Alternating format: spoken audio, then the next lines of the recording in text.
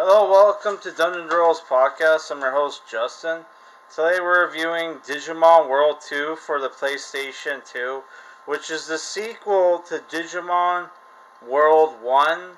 But unlike Digimon World 1, this is a dungeon crawling RPG where you go to dungeons called domains in this game and drive around in your Digibeetle, which is like a tank that stores your Digimon and items, right? And when you first play the game, your Digitank is awful. You can only carry like four Digimon, and you can only carry like 8 items or 16 items. Man, it's awful. But as you play the game, you're able to upgrade your Digibeetle, and actually, your Digibeetle actually changes when you upgrade its armor, right? Uh, which you get different cores in the game, right? Like titanium, adamantium, right? Steel's like it's one of the first ones, right? And the Digibeetle is equipped with basically you go through the domains and you go through you go through obstacles with getting rid of mines, traps and whatnot.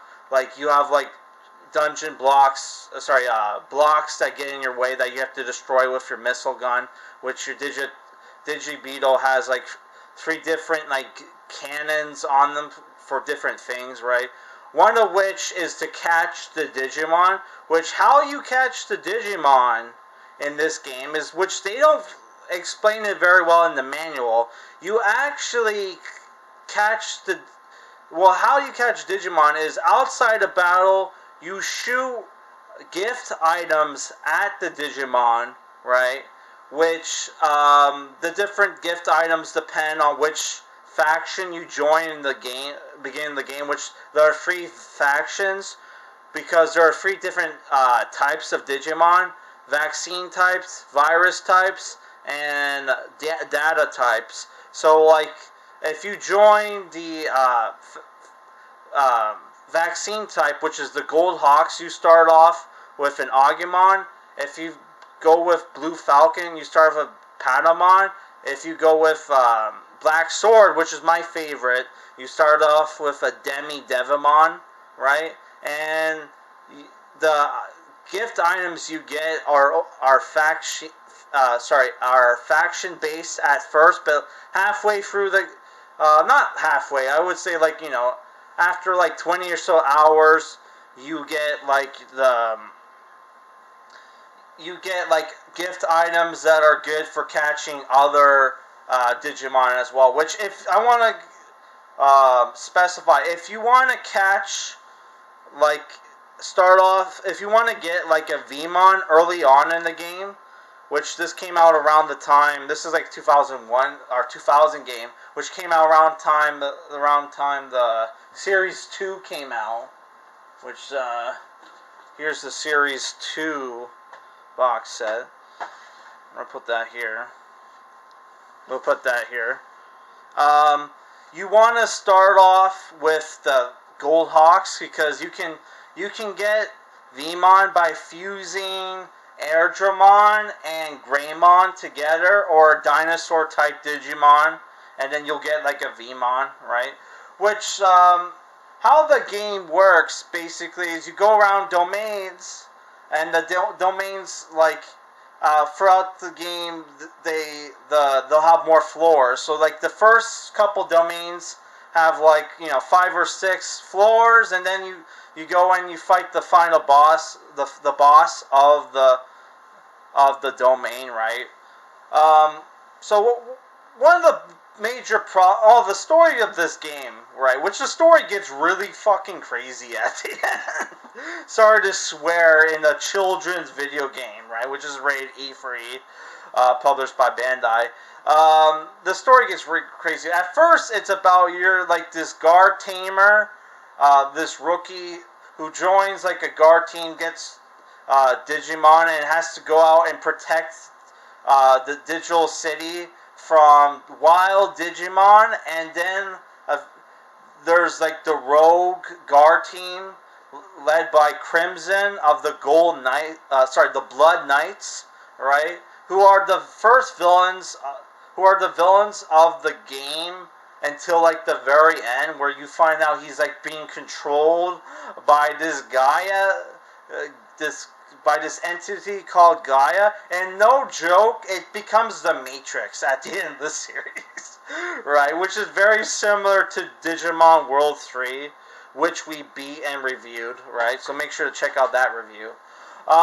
Yeah, so one of the major problems with the game, which I don't mind the turn-based combat, and it's like turn-based, how the combat works, it's turn-based combat, and you have 3 Digimon you can have on your team at once, right?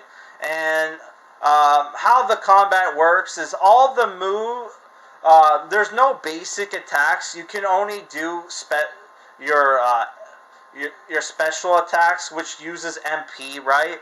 But you can regenerate MP by guarding or using like the items, right? But you can only do that if your shooter gun is working, which you'll need part fixes for that, right? For any of your also the Digitank runs out. If it runs out of EP, which is electric power, it'll explode, and the autopilot will break, but will take you back to the home base where you have to pay a lot of money to fix it. So you want to make sure whenever you're running low on EP, is you use the autopilot to go back, which that's another problem with the game, is that the dungeons get really long, right? And then you can't save while you're traveling through a dungeon, and then when you leave the domain, that's the dungeons, you have to start over from the beginning, right? That's a problem. One of the major problems of the game, right, is how Digivolution works in this game, right? Which you have DP points, which how the game works is that your Digimon digivolves at level 11, 21, and 31, right? Sounds pretty good, right, compared to other games. Here's where the game sucks and almost ruins the game, which is why I've owned this game for so long but haven't beaten it till recently, is because the game, you level cap at 13 in this game, and how you raise the level cap is that you have to use DNA Digivolution, right, at your base, or like, other places, other cities you can go to, and you can, like, use their DNA Digivolution machine, which is a lot better than your faction one, which only works really for virus types or whatever faction you join. So they don't tell you that. So like later on in the game, when I'm getting like other types of Digimon and the DNA Digivolution's not working, I'm like, what the fuck is going on? They don't explain that. So like, yeah, how it works is how you raise your level cap is you fuse 2 Digimon together, and you can only DNA Digivolve them at like champion, right?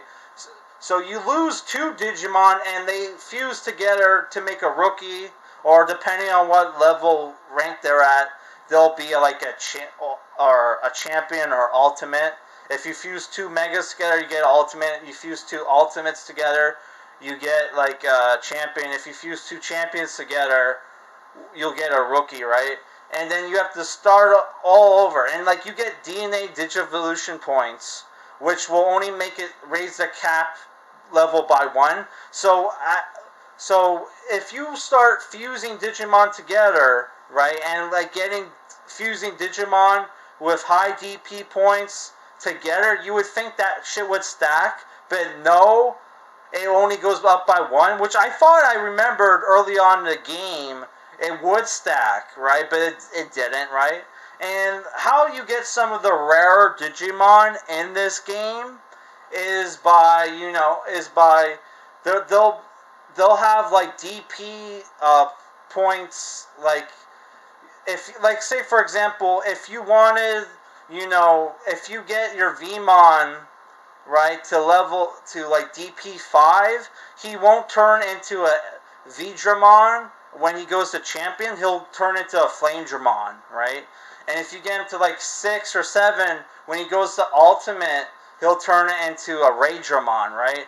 Instead of an Arrow Vidramon, right? That's how the DNA how you get some of the rare Digimon in the game. So if you want to get Omnimon, you have to have like a great Agumon with like 20 DP points. So you're gonna have to DNA Digivolve your Agumon all the way back to like like 19 times, and you have to make sure like that he can get to level 31, so he can go to Mega and get the Omnimon in the first place, right?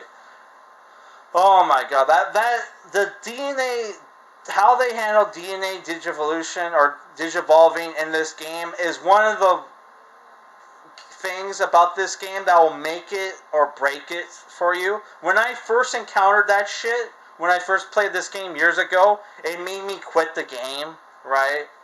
So, obviously, I totally forgot about that shit when I started playing the game again, right? But it was a thing where I was really into Digimon at the time because, Digimon, there's a new Digimon show called Ghost Game. So I was hyped to play Digimon games again. I was able to get through that, but boy, does that really ruin the game and makes the game way longer than it needs to be, which, online people say it takes 40 to 60 hours to beat this game. I can't even tell you how long it took me to beat this game, which is a very pet peeve of mine when I watch reviews of JRPGs. I want to know how long it took the person to beat it, or at least what's the average length. I can't tell you how long it took me to beat the game, right? Because the game clock freezes after 99 hours and 59 minutes, which I capped the clock 2 or 3 weeks ago, right? And I just beat the game tonight, right? So it could have taken me like 300 hours to beat the game. I wouldn't know, man. But like, yeah, that's the biggest problem with the game. Some good things about the game is easy, except for 1 or 2 boss battles, right? The game is really easy. The final boss battle was a joke, dude. Like, he didn't even heal himself, right? So, like, it does the one thing right, where if the game sucks, it should be easy, and the game is easy, right? One other thing about the game is once you get your Digimon to Mega, you don't really need to grind them anymore, right? So you can just, like, when you encounter enemies, right, on the map, you go into battle, you have a high escape rate, right? So you can avoid, like, a lot of battles when you get to, like, so you can just go for the floor gate and try to get to the boss as quick as possible. I really enjoyed that, right? But my other problems I have with the game is also the people complain about the animation. The animation really slows down the battles, so the battles get really long, right? So making grinding in the game very frustrating when you have to go through these battles, and it takes you have the slow animations, right, which take like 2 or 3 seconds to pop off, right? The attack animation. So there's that. Also, what was I gonna say? Oh my god. Yeah. Also, one thing I did like is that I like the Coliseum, but what I didn't like is that the Coliseum is where you go to raise your rank and fight other guard tamers, right? I liked that when that was an optional thing. I didn't like that when they force you to raise your rank, right? And they incorporated that in the story, because to get your final rank, to rank 9, you have to fight the 3 guard team leaders, and they're the last one, which is Cecilia, who runs the Goldhawks guard team. She is the cheapest those were the cheapest boss battle I ever fought, because her Digimon doesn't run out of MP, and they can keep healing themselves to full health, right? And when you use special attacks that are supposed to make it so, like, they can't heal anymore, like dark side attack, right? And other, like, status effect, like, attacks, they don't work, right? So it made, like, fighting that boss battle brutal, and because it's, like, part of the Coliseum, you're not allowed to use healing items, right? So that's the thing where you're going to want, like, a Digimon that has OP, like, healing skills, but you don't really need them for the actual boss battles in the domain. You just need to have really good healing items, like max drivers, which they don't sell in the stores. And that's another problem. You have the high level obstacles, right? Like the blocks and the uh, boundaries that block pathways in the domain. They don't sell, like, the level 5 items that you need to go through those for the final like domains, dungeons in the game. So you can only collect those items from those dungeons, man. So that sucked, right? So that made you have to be conservative when you're going through those dungeons, right? That's a thing. That's another thing, man.